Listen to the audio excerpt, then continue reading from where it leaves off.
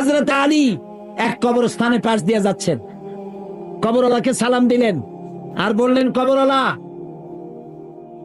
তুমি কেমন আছো তা তো আমি জানি না, তোমার এই ক্ষমতাও নাই যে তুমি জানাবা যে তুমি কোন অবস্থায় আছো, তবে আমি জানাতে পারি তুমি যা পৃথিবীতে রেখে গেছিলে তাদের একটা খবর আমি তোমারে শোনাইতে পারি। যদি আল্লাহ তোমারে শুনায়, তোমার আমি কিছুই জানলাম না, কিন্তু তুমি চলে যাওয়ার পর অবস্থাটা কি হয়েছে সেইটা শোনো।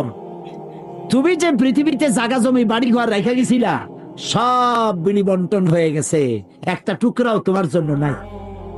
তুমি যে ছেলে মেয়ে রাখছিলা 2-3 দিন কান্দার পরে সবাই তোমাকে ভুলে গেছে। তুমি যে স্ত্রী রেখে গেছিলা সুন্দরী, পরমা সুন্দরী স্ত্রী, সেটা আরেকজনের সাথে বিয়ে হয়ে গেছে। কি রূঢ় বাস্তব! ইল্লা লাহবুন ওয়া লাইবুন, এই পৃথিবী একটা খেল তামাশা, একটা মোহ, আর কিচ্ছু না।